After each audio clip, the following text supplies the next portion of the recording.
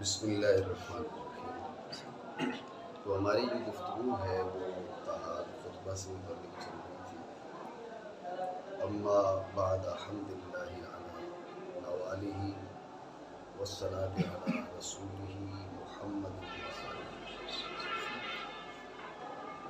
سوال یہ کیا تھا کہ سلام کی بڑی تاکید ہے، وسلموا تسلیما، صلاۃ کی اتنی تاکید نہیں ہے۔ تو مصنف رحمہ اللہ تعالیٰ نے صلاۃ تو پیش کی لیکن سلام پیش نہیں کیا۔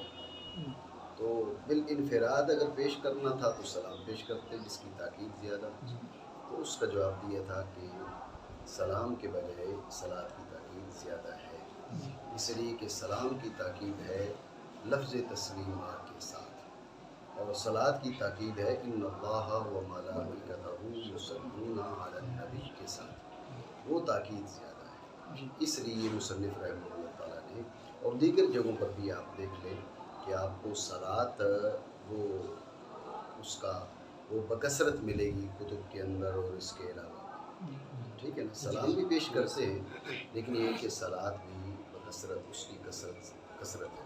یہاں پر ایک چیز میرے ذہن میں آ گئی، وہ میں آپ کو بتاتا چلوں کہ آپ نے درود پاک سنا ہوگا۔ ہمارے بعض خطیب اور بعض مسجدوں کے امام اس انداز میں پڑھتے ہیں، اللہم صلی وسلم علی سیدنا و مولانا محمد وعلی آلہ وصحبہ وسلم وصلی علیہ، ٹھیک ہے، کچھ اس طرح پڑھتے ہیں۔ تو وصلی علیہ دوبارہ پڑھ دیا جائے تو یہ اس میں تو کوئی حرج نہیں ہے۔ بعض کہتے ہیں وصلو علیہ، ٹھیک ہے، اللہم صلی علی سیدنا و مولانا محمد وعلی آلہ سیدنا مولانا محمد وبارک وسلم وصلو علیہ۔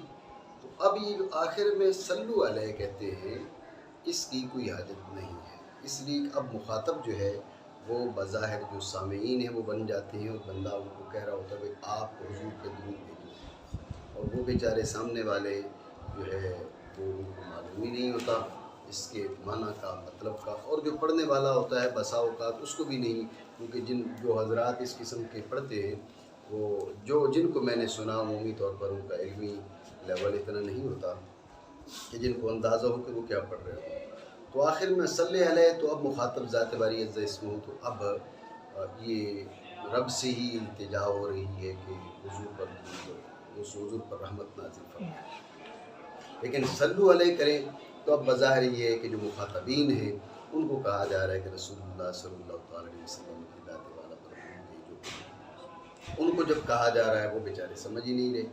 تو اس لیے وبارک وسلم پہ درود پاک مکمل ہو گیا۔ صلی علیہ کی بھی آخر میں حاجت نہیں ہے، صلو علیہ کی بھی حاجت نہیں ہے۔ صلی علیہ کہہ دے تو پھر تو کوئی حرج نہیں ہے، حاجت نہ تھی لیکن حرج بھی نہیں ہے۔ صلو علیہ کہے تو اب سامعین کو آپ نے مخاطب بنا کے کہا کہ آپ درود بھیجیے، اور سامعین کو پتہ ہی نہیں ہے آپ نے ان سے کیا کہا ہے، ٹھیک ہے نا۔ تو اس لیے درود پاک جو ہے وہ درست بھیجنا چاہیے۔ اور ایک اور چیز آپ یہ ذہن میں رکھ لیں کہ جب آپ پڑھتے ہیں نا صلی اللہ تعالی علی سیدنا محمد وعلی آلہ وصحبہ وبارک وسلم، شروع میں آپ ماضی کا صیغہ استعمال کریں تو اب آخری جو صیغے ہیں وہ بھی ماضی کے رکھیں، یہ چیز ذہن میں رکھیں۔ صلی اللہ، یہ صلی ماضی ہے، لفظاً ماضی ہے، اگرچہ دعا کے معنی میں ہے لیکن لفظاً یہ ماضی ہے۔ صلی اللہ تعالی علی سیدنا و مولانا محمد وعلی آلہ وصحبہ وبارک وسلم، اب وہ بھی ماضی رکھیں، بارک بارک نہیں، وسلم سلم نہیں۔ اب سمجھ رہے بات نہیں سمجھ رہے؟ شروع میں آپ نے صیغہ امر کا لایا، اللہم صلی وسلم وبارک، یا صرف اللہم صلی علی سیدنا و مولانا محمد وعلی آلہ وصحبہ و اولادہ وبارک وسلم، وہ صلی تھا تو یہ بھی امر کے صیغے بنائے۔ میری بات آپ سمجھ رہی ہیں؟ ٹھیک ہے، اب بات سمجھ آ رہی ہے؟ تو شروع کا صیغہ اگر امر کا ہے تو آخر کی جو صیغے ہیں ان کو بھی امر کے بنائیں، شروع کا صیغہ اگر ماضی کا ہے تو آخر کی صیغے بھی ماضی کی بنائیں۔ اتنی بات آپ سمجھے نہیں سمجھے؟ یہ ضمنی طور پہ بیچ میں بات آ گئی ہے، ورنہ گفتگو تو ہم نے کتاب کے مطابق کچھ اور کرنا تھی۔ یہ بات میری سمجھ رہے ہیں؟ لیکن اور بات بھی سمجھ لیں یہاں پر، اور وہ کیا؟ وہ یہ کہ اگر ایک عالم ہے جاننے والا ہے، ایک تو وہ ہے لٹ آدمی جسے پتہ ہی نہیں وہ ماضی کیا ہے اور امر کیا ہے، جس کو خبر ہی نہیں ہے اس کے کلام کی کیا توجیہ کی جائے گی، ٹھیک ہے؟ تو ایک آدمی آپ جانتے ہیں کہ یہ ایسی غلطی نہیں کر سکتا، یہ کلام کی باریکیوں کو جانتا ہے، اب اس نے پڑھا اللہم صلی علی سیدنا مولانا محمد وعلی آلہ وصحبہ وبارک وسلم، آخر میں اس نے ماضی کی سیغہ پڑھی، شروع میں اس نے امر کا سیغہ پڑھا، کلام قابل توجیہ ہے، کیونکہ جو ماضی ہے صرف لفظ ماضی ہے نا، سمجھ رہے ہیں نا؟ یہ صرف لفظ ماضی ہے، در حقیقت کیا ہے؟ یہ کس کے معنی میں ہے؟ یہ امر کے معنی میں ہے، انشاء کے معنی میں ہے، سمجھ رہے بات؟ اور شروع میں اس نے کہا صلی اللہ تعالی علی سیدنا مولانا محمد وعلی آلہ وصحبہ وبارک وسلم، شروع میں ماضی تھی، آخر میں امر لے آیا، جب بھی بات قابل توجیہ ہے، بات سمجھ رہے ہیں نہیں؟ یعنی ایک ہے جو اسلوب ہونا چاہیے، اور وہ یہ ہے کہ شروع میں ماضی ہے تو آخر میں بھی ماضی ہی ہو، شروع میں امر ہے تو آخر میں بھی امر ہی ہو، لیکن اگر کوئی صاحب علم اس نے شروع میں ماضی آخر میں امر، شروع میں امر آخر میں ماضی، تو یہ گفتگو قابل توجیہ ہے، کیونکہ جو ماضی ہے وہ بھی انشاء ہی کے معنی میں ہے، میری بات سمجھے نہیں؟ ٹھیک ہے، تو لہٰذا اعتراض میں بھی جلدی نہیں کرو، دیکھو جی اس کو تو پتہ ہی نہیں ہے، اللہم صلی وسلم کے بعد آخر میں بارک پڑھنا تو لے یہ بارک پڑھ گیا، تو یہ اعتراض میں جلدی نہیں کرنی چاہیے۔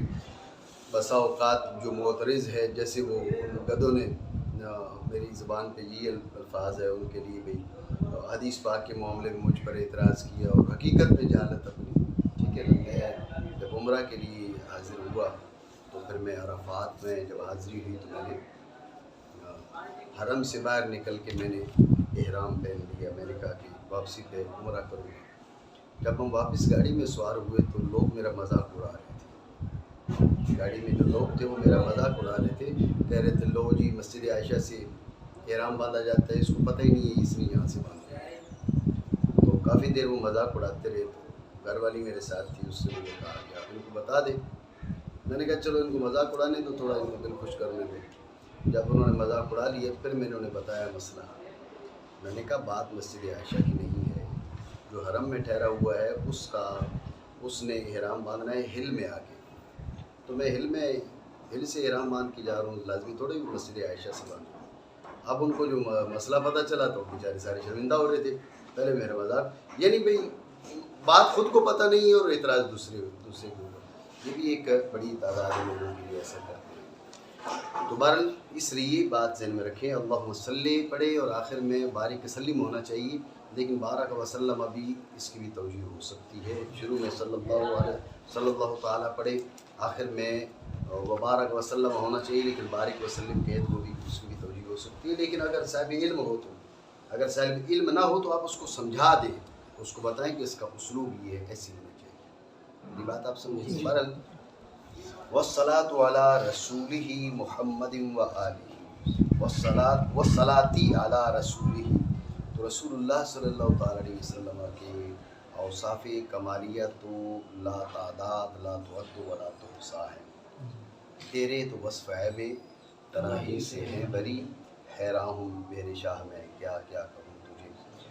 تو کسی بھی انسان کے کمال کا بالا ترین درجہ مقام رسالت ہے، ٹھیک ہے؟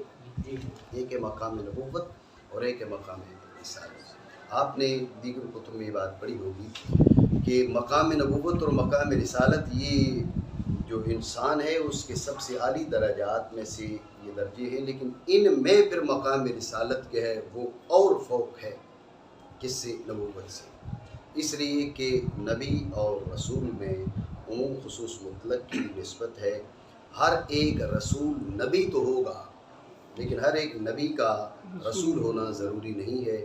رسول اللہ صلی اللہ تعالیٰ علیہ وسلم کی حدیث پاک ہے جو جناب ابو ذر غفاری رضی اللہ تعالیٰ نے بتایا کہ جو انبیاء کرام ہیں وہ 1,00,000 سے زائد ان کی تعداد فرمائی، 1,24,000 کے لگ بھگ، اور جو ان میں سے رسول ہیں وہ فرمایا 313 یا 15 یا 19 مختلف روایات ہیں، ٹھیک ہے نا؟ تو اب رسول ان میں سے کم ہیں اور انبیاء کی تعداد 1,00,000 سے زیادہ ہے، ٹھیک ہے۔ ٹھیک ہے، تو رسول اللہ صلی اللہ تعالیٰ علیہ وسلم کو اللہ نے مقام نبوت بھی عطا فرمایا، مقام رسالت بھی عطا فرمایا۔ یہاں پر والصلاۃ علی نبیہ بھی کہا جا سکتا تھا، والصلاۃ علی رسولہ بھی کہا جا سکتا تھا، لیکن چونکہ مقام رسالت فوق ہے مقام نبوت سے، اس لیے مصنف رحمہ اللہ تعالیٰ نے رسول اللہ صلی اللہ تعالیٰ علیہ وسلم کا مقام رسالت ذکر کیا۔ آپ میری بات سمجھے نہیں؟ ٹھیک ہے، اور رحمت ہو اور رحمت نازل ہو اللہ کے رسول جناب محمد صلی اللہ علیہ وسلم۔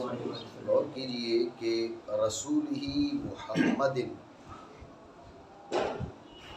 یہاں پر جو محمد ہے یہ رسول ہی کے لیے صفت نہیں بنے گا، ٹھیک ہے، صفت نہیں بنے گا۔ اس کی ایک وجہ تو یہ ہے کہ یہاں پر محمد علم ہے، اعلام موصوف ہوتے ہیں، صفت نہیں ہوتے، ٹھیک ہے، اعلام موصوف ہوتے ہیں، صفت نہیں بنتی، ایک وجہ۔ ایک اور وجہ بھی ہے جو اصل میں آپ کو بتانا اور سمجھانا مقصود ہے، وہ یہ ہے کہ جو صفت ہے اس کے لیے ضروری ہے کہ اس کا موصوف صفت سے عارف ہو یا تعریف میں مساوی ہو۔ کیا؟ موصوف صفت سے عارف ہو یا تعریف میں مساوی ہو، یہ بات ضروری ہے۔ یہاں پر اگر رسول ہی کو آپ موصوف بناتے ہیں، محمدن کو آپ صفت بناتے ہیں، تو رسول ہی بھی معرفہ ہے، محمد بھی معرفہ ہے۔ فرق یہ ہے کہ رسول ہی جو ہے وہ معرفہ با اضافت ہے، ایسا نہیں ہے، اور محمد کے وہ علم ہے۔ معرفہ با اضافت جو ہے، بات پہ توجہ رکھیے گا، معرفہ با اضافت، اس میں معرفت کتنی ہوتی ہے اس میں اختلاف ہے۔ بعض نے کہا کہ جتنی اس کے مضاف الیہ میں معرفت ہوتی ہے اتنی اس کے اندر بھی ہوتی ہے، آپ سمجھیں؟ معرفہ با اضافت جو ہے جتنی مضاف الیہ میں معرفت پائی جاتی ہے اتنی مضاف میں پائی جاتی ہے، بعض نے یہ کہا، لیکن یہ غیر معقول بات ہے، ٹھیک ہے نا؟ بھائی تمہارے پاس کتنے پیسے ہیں ابھی؟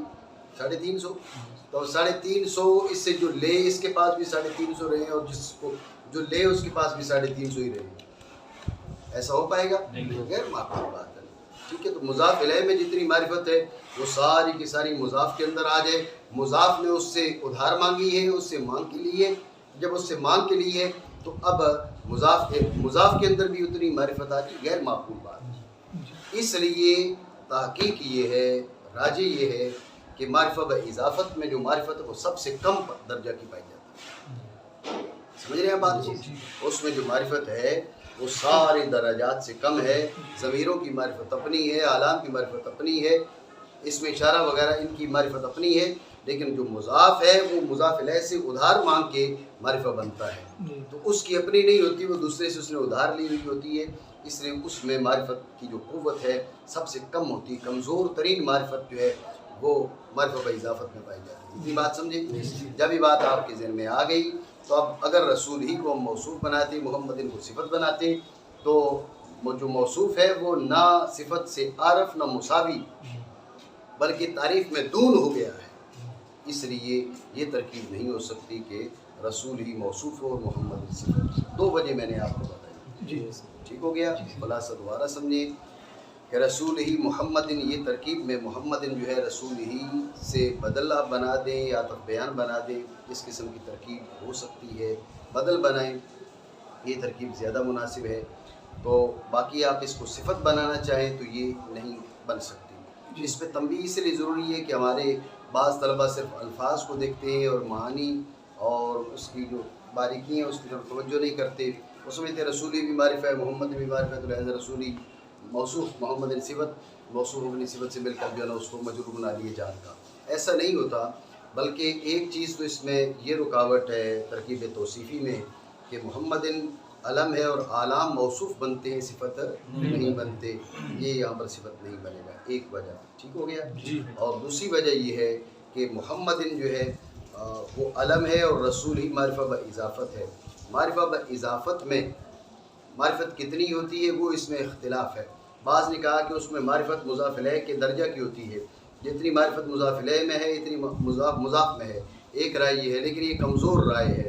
راجی یہ ہے کہ مضاف الیہ جو معرفت باضافت جو ہے اس میں سب سے کم درجہ کی معرفت پائی جاتی ہے۔ اتنی بات آپ سمجھیں، جب یہ بات آپ کے ذہن میں آ گئی تو اب آپ اگر رسول ہی کو موصوف بناتے ہیں، محمد کو صفت بناتے ہیں، تو یہ قاعدہ مشہورہ کے خلاف جائے گا۔ قاعدہ مشہورہ کیا ہے کہ موصوف اور صفت میں ضروری ہے کہ موصوف صفت سے عارف یا مصادف تعریف ہو، عارف یا مصادف تعریف ہو۔ یہ نہ عارف ہے نہ مصادف تعریف ہے، یہ تو تعریف میں دون ہے۔ اس لیے یہ دو وجہ ہیں، تو ترکیب یہ نہیں ہو سکتی کہ رسول ہی موصوف ہو محمد صفت ہو، بلکہ ترکیب کیا ہوگی کہ رسول ہی کو مبدل منہ بنا اور محمد کو بدل الکل بنا۔ ٹھیک ہو گیا جی؟ اور رحمت ہو اللہ کے رسول جناب محمد صلی اللہ علیہ وسلم اور آپ کی آل پر۔ آپ غور کیجیے گا کہ آل کا جو اطلاق ہے وہ خود اس شخصیت پر بھی ہوتا ہے۔ آل کا جو اطلاق ہے خود اس بندے پر بھی ہوتا ہے، ٹھیک ہے؟ اور آل کا اطلاق پیروکاروں پر بھی ہوتا ہے، ٹھیک ہے؟ اور آل کا اطلاق جو ہے وہ اولاد پر بھی ہوتا ہے۔ یہ سارے اطلاقات خود قرآن عظیم کے اندر بھی موجود ہیں۔ بات آپ سمجھیں؟ یہاں پر جو آلی، اگر آلی ہی و صحبہ ہی یہ دونوں ہو پھر تو صحابہ کرام رضی اللہ تعالیٰ عنہ مجمعین کی تصریح ہو۔ اب آل سے مراد آپ علیہ السلام کی آل پاک، آپ علیہ السلام کی اولاد، سمجھ رہے ہیں ہم بات کو؟ آپ علیہ السلام کی اولاد ان کا ارادہ کر لیں، اور صحبہ ہی سے آپ علیہ السلام کے صحابہ کا ارادہ کر لیں۔ وہ جو ہے نا آپ کی اگر صرف آل ہی ہو تو اب ہم کیا کہتے ہیں؟ اہل سنت ہم کیا کہتے ہیں؟ ہم کہتے ہیں بہتر یہ ہے کہ آل سے مراد آپ متبع لیں، آل سے آپ متبعین کا ارادہ کر لیں۔ اس میں رسول اللہ صلی اللہ علیہ وسلم کی ازواج مطہرات بھی آ جائیں گی، آپ علیہ السلام کی بیٹیاں بھی آ جائیں گی، حضور علیہ السلام کی کے نواسے بھی آ جائیں گے، نواسیاں بھی آ جائیں گی، حضور کے صحابہ بھی آ جائیں گے، سارے کے سارے اس کے اندر داخل ہو جائیں گے۔ یہ سب سے بہتر ہے۔ آپ میری بات سمجھیں؟ جی۔ تو لہٰذا آل سے مراد کے پیروکار ہے، تاکہ اس میں صحابہ کرام رضی اللہ تعالیٰ عنہ مجمعین بھی آ جائیں۔ اتنی بات میری سمجھی نہیں؟ یہ ہماری عمومی تقریر ہے، اور ہم عمومی طور پر یہی بات کرتے ہیں کہ اگر صحابہ ہی آ جائے تو یہ بہتر ہے۔ اب آل سے مراد آل ہے، صحابہ ہی یا اصحاب ہی سے مراد رسول اللہ صلی اللہ علیہ وسلم کے ساتھ۔ ٹھیک ہو گیا؟ لیکن اگر صرف آل ہی کہا تو اب بہتر یہ ہے کہ آل بوانا متبع کر لے۔ لیکن یہ اللہ رب العالمین کی رحمت ہے نا، آپ کو کاہے کی تنگی ہے کہ بھئی صحابہ کو یا پیروکاروں کو ملی تو باقیوں کے لیے بچے گی نہیں۔ ایک صحابی آئے اور دعا کر رہے ہیں، یا اللہ مجھ پہ رحم فرما، اور جناب محمد رسول اللہ صلی اللہ علیہ وسلم پر رحم فرما، اور ہمارے ساتھ کسی پہ رحم نہ فرما، ہمارے ساتھ کسی پہ رحم نہ فرما۔ تو آپ علیہ السلام نے فرمایا تو نے وسعت والی چیز کو تنگ کرنے کی کوشش کی۔ حضور کے حدیث کا ایسا، ٹھیک ہے نا؟ تو نے وسعت والی رحمتی واسعت کل شیء، رحمت تھوڑی سی تھوڑی ہے کہ بھئی جناب وہ ایک شخص پر شرجیل پر ہو گئی تو جو وہ عباس تک نہیں پہنچ سکے گی، عباس پہ ہو گئی تو جناب کرم دین تک نہیں پہنچ سکے گی۔ یہ رحمت خدا بندی ہے، ہر شے واسعت کل شیء ہے۔ آپ بات سمجھ رہے ہیں؟ تو لہٰذا رب سے مانگنا ہے تو پیروکاروں پر بھی ہو گئی تو کون سا کسی کے لیے بچے گی نہیں۔ اتنی بات آپ سمجھیں؟ اس لیے آل سے مراد متبعین لے لیے جائیں تاکہ اس میں حضور کی آل بھی آ جائے، حضور کے صحابہ بھی آ جائیں، اور دیگر بھی پیروکار بھی آ جائیں۔ اتنی بات آپ سمجھیں؟ ٹھیک، یہ عمومی تقریر ہے۔ لیکن ایک اور چیز اب دشواری کیا بن چکی ہے؟ دشواری یہ بن چکی ہے کہ ہم نے یا تو دائیں جانب لازمی طور پہ نکلنا ہے یا بائیں جانب لازمی طور پہ نکلنا ہے۔ اس وقت جو کیفیت بنی ہوئی ہے اہل سنت کہلانے والوں کے اندر، وہ تقابل کی کیفیت بنی ہوئی ہے، اور یہ بہت بڑا المیہ ہے یہ بات کسی دور میں نہیں رہی، ٹھیک ہے نا، یہ بات کسی دور میں نہیں رہی کہ جو ہے کیا کیا جائے بھائی، جہاں پر آل کا ذکر آئے تو وہاں پر صحابہ کرام رضی اللہ تعالیٰ عنہم اجمعین کا ذکر اس انداز میں ضروری سمجھا جائے کہ اگر نہ ذکر کیا تو جناب والا یہ رافضیت بن جائے گی۔ یہ کسی دور میں ایسا نہیں رہا، یہ آپ سمجھے بہت بڑا فتنہ ہے، یہ بہت بڑا فتنہ ہے، اور اس کی جڑیں نہ جانے کہاں تک جا رہی ہیں۔ لیکن کیا ہے، کچھ لوگ جان کر اس فتنے کی آبیاری کر رہے ہیں اور کچھ نادانی میں اس کے پیچھے پیچھے بھاگ رہے ہیں۔ رسول اللہ صلی اللہ تعالیٰ علیہ وسلم کی آل پاک ہو، حضور علیہ السلام کے پاک صحابہ ہوں، ہم اعلیٰ حضرت رحمۃ اللہ تعالیٰ علیہ کہ یہ شعر تم نے کئی بار مجھ سے سنا ہوگا، اور یہی ہماری فکر ہے کہ اہل سنت کا ہے بیڑا پار، اصحاب رسول نجم ہیں اور ناؤ ہے فطرت رسول اللہ کی۔ تو صحابہ اور اہل بیت کرام میں تقابل ہماری فکر ہی نہیں ہے، اپنے اپنے درجات ہیں، اپنی اپنی حیثیات ہیں، ٹھیک ہے نا۔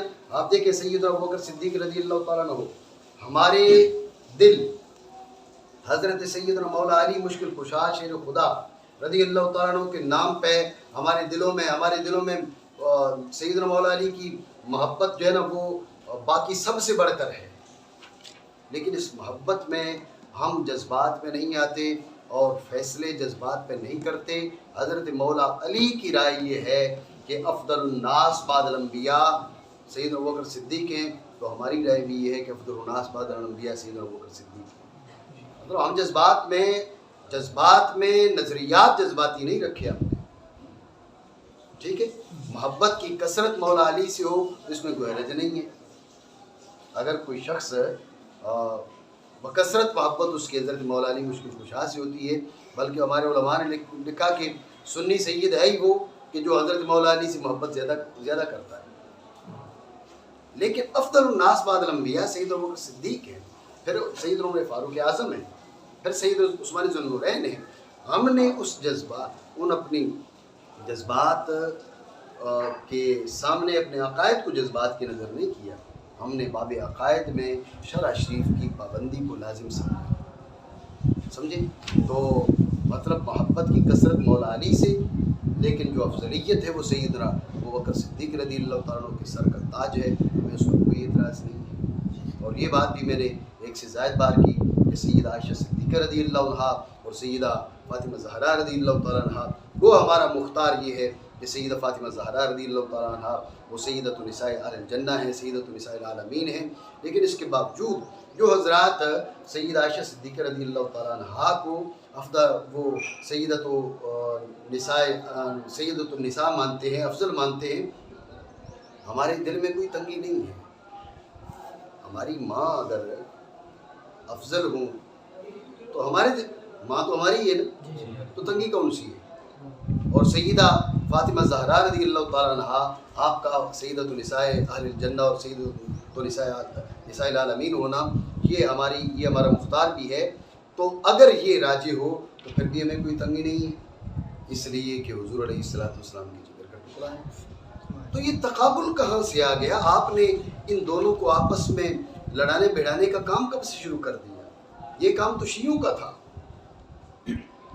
یہ کام تو رافضیوں کا تھا کہ جنہوں نے صحابہ کرام اور اہل بیت اعظام کے بیچ جو ہے ایک مخصوص حدیں قائم کی ہوئی ہے۔ ہمارا تو یہ کام نہیں ہے، ہمارے لیے دونوں بڑے ہیں، ہاں سب کے اپنے اپنے درجات ہیں۔ تو اب یہ بات اس موقع پہ اس لیے آئی کہ آل سے ہم کہتے ہیں مراد وہ صحابہ متبع لے لیں تاکہ صحابہ کرام آ جائیں، لیکن اب بعض حضرات نے یہ کہنا شروع کر دیا کہ آل سے حضور کی نسبی اولاد مراد ہو ہی نہیں سکتی، آل سے مراد پیروکار ہے صرف، اور کوئی نہیں ہو سکتا، ٹھیک ہے۔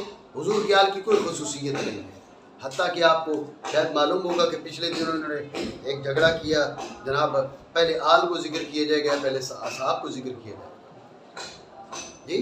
تو حضرت پیر صاحب نے یہ فرمایا کہ ہم پہلے آل کا ذکر کرتے ہیں پھر اصحاب کا ذکر کرتے ہیں، تو اس پہ جناب انہوں نے طوفان اٹھایا اس چیز کا کہ بھائی نہیں، پہلے اصحاب کا ذکر ہوگا پھر آل کا ذکر ہوگا۔ اب یہ تقابل آپ کہاں سے لے آئے؟ اگر اس بات پہ آتے ہیں رسول اللہ صلی اللہ تعالیٰ علیہ وسلم کے بعض جو صحابہ ہیں، جیسے سیدنا ابوبکر صدیق رضی اللہ عنہ کی بات کی ہے، تو وہ افضل الناس بعد الانبیاء ہیں، اس میں کوئی نزاع نہیں ہے۔ لیکن اگر آپ اس بات پہ آتے ہیں کہ پہلے ذکر آل کا یا پہلے اصحاب کا، تو پھر آپ کو پھر حوالہ جات گنتی آپ بھی کریں اور ہم بھی کریں گے، ٹھیک ہے نا جی؟ آپ بھی گنتی کریں، ہم بھی گنتی کریں گے، تو ہماری حوالہ جات کے مقابلے میں آپ کا جو ہے نا وہ 1% بھی نہیں نکلے گا۔ پوری امت جو ہے اب تک گمراہی کا ارتکاب کرتی ہے، وہ ذکر پہلے آل کا کرتی ہے اور پھر صحابہ کا کرتی ہے۔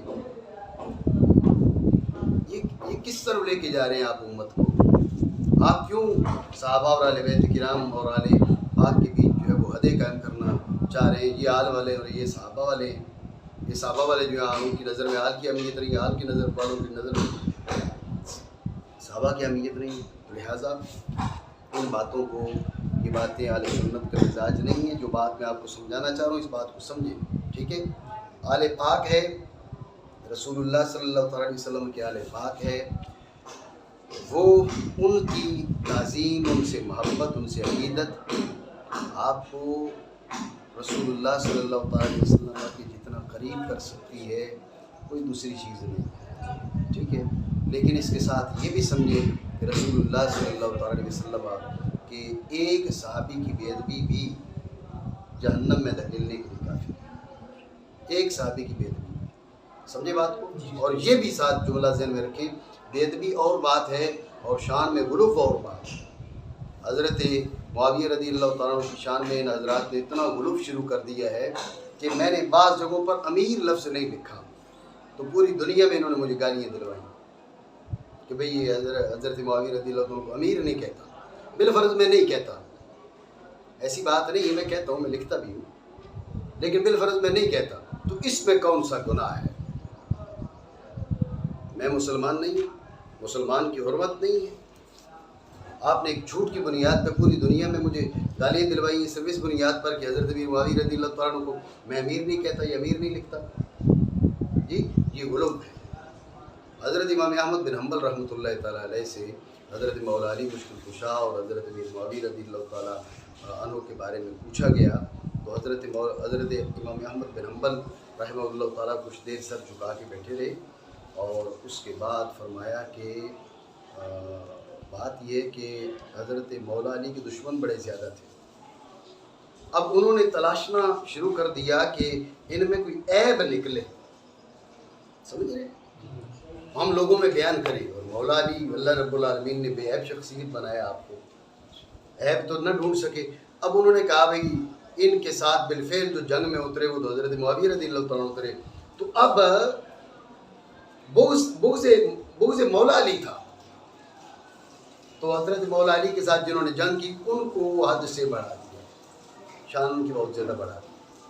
تو یہ امام احمد بن حنبل علیہ رحمہ فرما رہے ہیں کہ حضرت امیر معاویہ رضی اللہ تعالیٰ کی شان میں جو تجاوز ہے یہ دشمنان مولا علی کا طریقہ ہے۔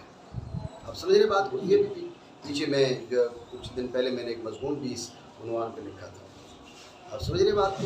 تو لہٰذا حضرت امیر معاویہ رضی اللہ تعالیٰ کی اپنی شان ہے، لیکن یہ تقابل آپ نے کہاں سے لیا ہے؟ اور حضرت امیر معاویہ کا تقابل حضرت مولا علی سے، عقل کو ہاتھ مارو یار، بات ہوتی ہے کرنے والے، شرف صحبت ہے ان کے پاس، وہ صحابی رسول ہیں، یہ بات اپنی جگہ پر ہے، لیکن مولا علی جو ہے ان کی جو شان عالی ہے وہ انسان کی عقل کی اڑان ختم ہو جائے تو اس سے کہیں آگے حضرت مولا علی رضی اللہ تعالیٰ عنہ کی شان ہے۔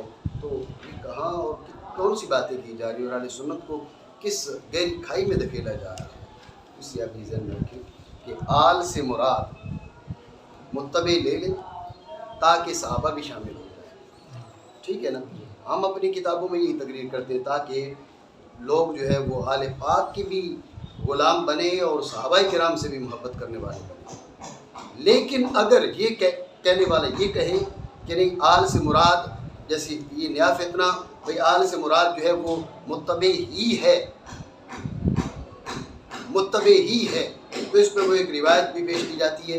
تو حضرت مولانا شہزاد خان صاحب نے پھر رد میں لکھا تھا کہ وہ روایت ثابت ہی نہیں، اس روایت کو بنیاد بنا کر آپ کہتے ہو آل سے مراد جو ہے وہ متبع ہی ہوگا اور دوسرے معنی نہیں ہوں گے، تو وہ روایت سند کے اعتبار سے ثابت ہی نہیں ہے۔ چلو آؤ پھر باز کرتے ہو تو آؤ پھر باز کریں۔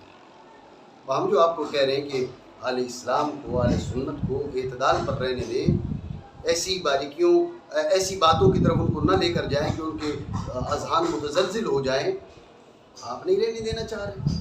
آپ کو اہل پاک، جہاں پر اہل پاک کا ذکر آیا آپ دیکھ لیں، وہاں پر حضرت مولا علی کی شان میں جتنی منقبتیں ہیں ان کے مقابلے میں حضرت ابوبکر صدیق کی شان میں انہوں نے بنا لی۔ ارے حضرت ابوبکر صدیق کی اپنی شان ہے، اپنی عظمت ہے، یہ تقابل کیوں کرواتے ہیں آپ کہ مولا علی کی شان میں ہوگی تو ابوبکر صدیق کی شان میں لازمی طور پہ ہوگی؟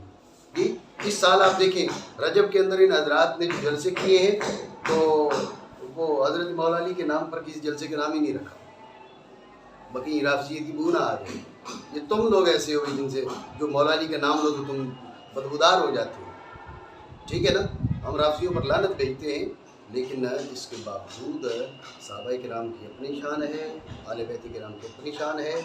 ہاں یہ ضرور ہے کہ اگر کوئی اہل بیت کرام کے نام پر چڑھے گا تو انشاءاللہ رب العالمین ہمارا مولا علی کا ہی نام ہے، ٹھیک ہے نا؟ ہم معاذ اللہ ایسا تو نہیں ہے کہ آپ کو افضل الناس بعد الانبیاء مانتے ہوں، ہم کوئی تفصیلی ہوں، یہ بات نہیں ہے، لیکن آپ چڑھتے کیوں ہیں؟